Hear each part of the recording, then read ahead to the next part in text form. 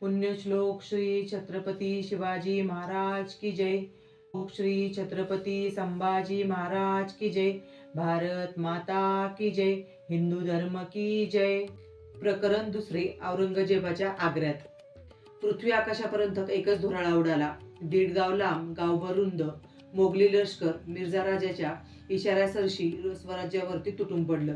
अवघी प्रतिष्ठापनास लावून मिर्झा राजे महाराजांना पराभूत करण्यासाठी सिद्ध झाले होते. स्वराज्याचं हे संकट अभूतपूर्व होतं. मिर्झा राजांच्या तरवारीचं टोक होतं किल्ले पुरंदराकडे, शंभूराजाच्या जन्मस्थानाकडे. मिर्झा राजांच्या इशाऱ्यावरून मोगली दळभार पुरंदराच्या दिशेने पुढे सरकला आणि पुरंदराभोवती मोगली गळफास आवळला जाऊ लागला. मिर्झा राजांनी बहुमुखी आक्रमण स्वराज्यावरती केलं होतं. त्यांच्यात मुत्सद्देगिरीनं आणि लष्करी डावपेचांनी महाराजांवर काही काळ मात केली. महाराजांची विलक्षण कोंडी झाली. हताशपणे त्यांनी तहाची बोलणी सुरू केली. एव्हाना पुरंदराची माची मोगलांच्या ताब्यात गेली होती. अखेर मिर्झा राजांनी तहास संमती दिली.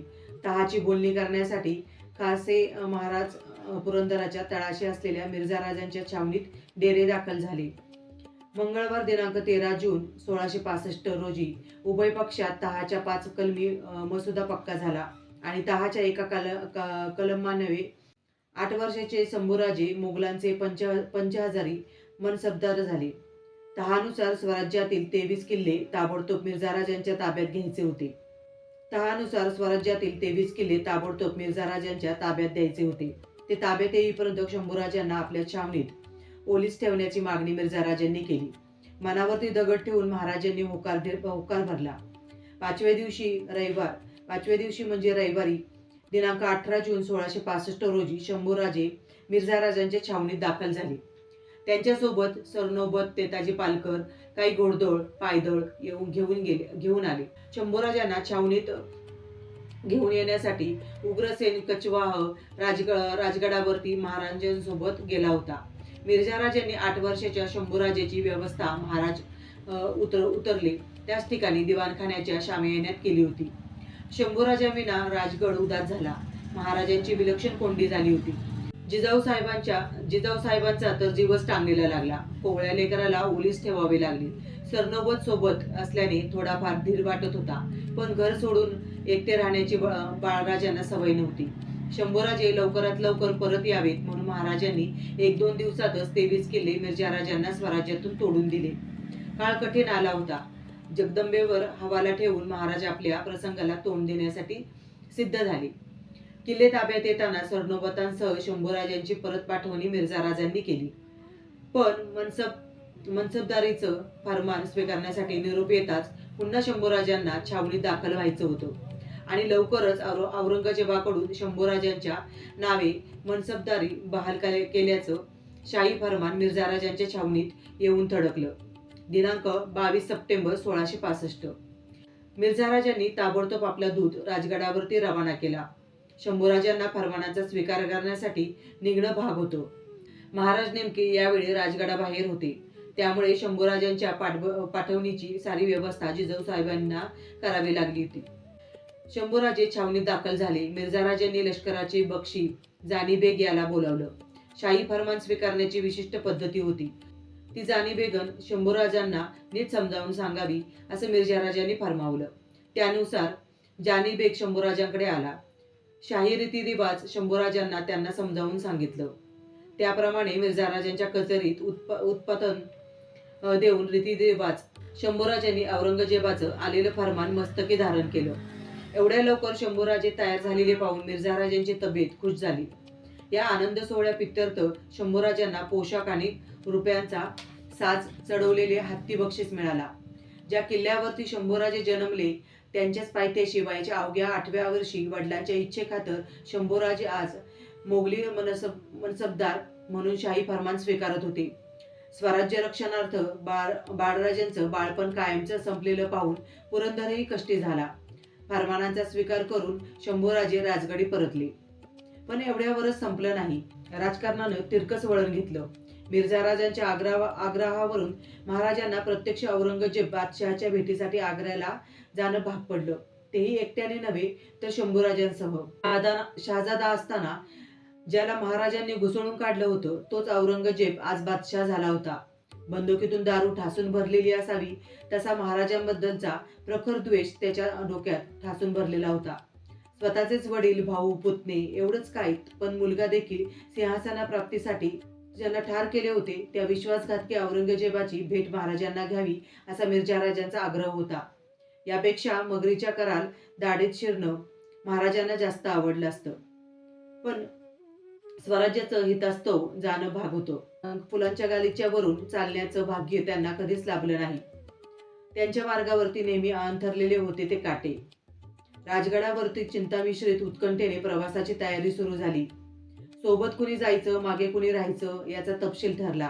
पर मुलखात जायचं, जिथली भाषा वेगळी, रीतिरिवाज वेगळे, संस्कृती वेगळी, मुलूक अनोळखी, स्वराज्यापासून शेकडो कोस दूर, त्यातून जीवाची शाश्वती नाही, असे अनेक विचार मनात येतात. जिजाऊसाहेबांच्या जीवाची कोंडी घालमेल उडाली असेल. एकुलता एक पुत्र, एकुलता एक नातू अनिश्चित प्रवासासाठी निघणार होते. त्यांच्यासह राजगडही काळवंडला. प्रस्थानाचा मुहूर्त ठरला. श्री नृपशाली वाहन शके 1587 फाल्गुन शुद्ध 9 सोमवार दिनांक 5 मार्च 1666 स्वराज्य जिजाऊसाहेबांच्या स्वाधीन करून आणि त्यांचा आशीर्वाद घेऊन महाराजांची आणि शंभूराजांची पालखी गड उतरू लागली.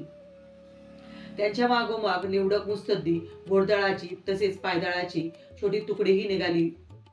हत्ती सामानांचे उंट बैल घेऊन वंजारी चालू लागले. महाराजांचं वय यावेळी 36 वर्षाचं होतं. शंभूराजांचं 9 वर्ष.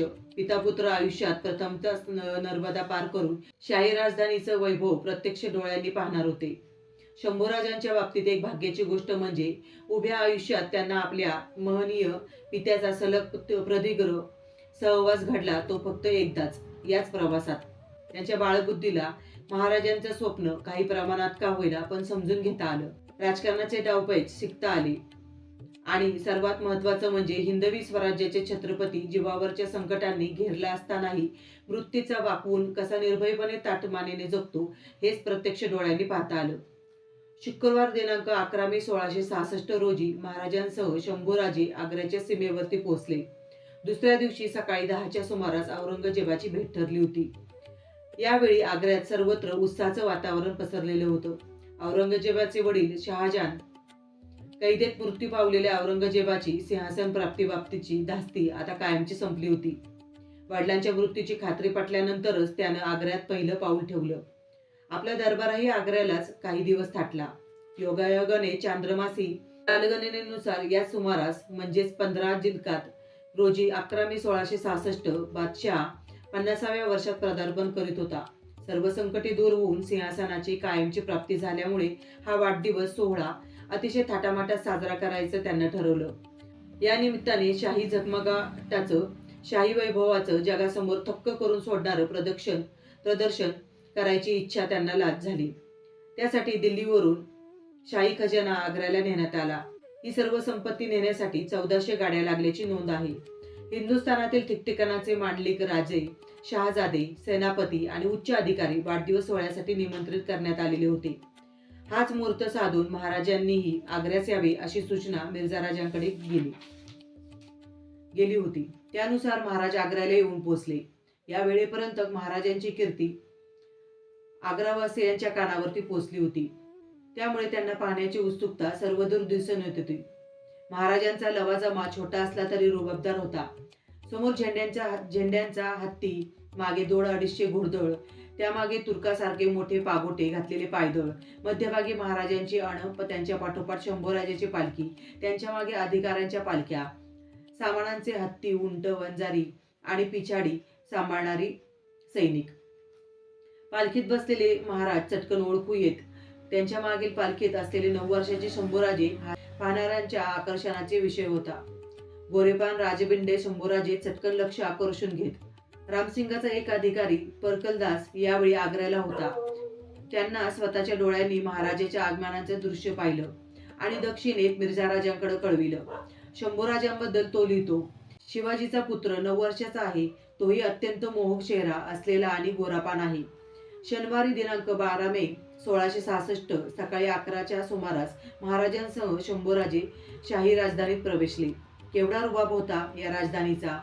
वर्दळीचे रस्ते, भल्या मोठ्या बाजारपेठा, गर्दीने सजलेले चौक, दिमाखात फिरणारे शाही अधिकारी, घोडे, पालख्या, हत्तीवरील स्वाऱ्या, शंभूराजे घोड्यावरून हे सारं उत्सुकतेने बघत होते.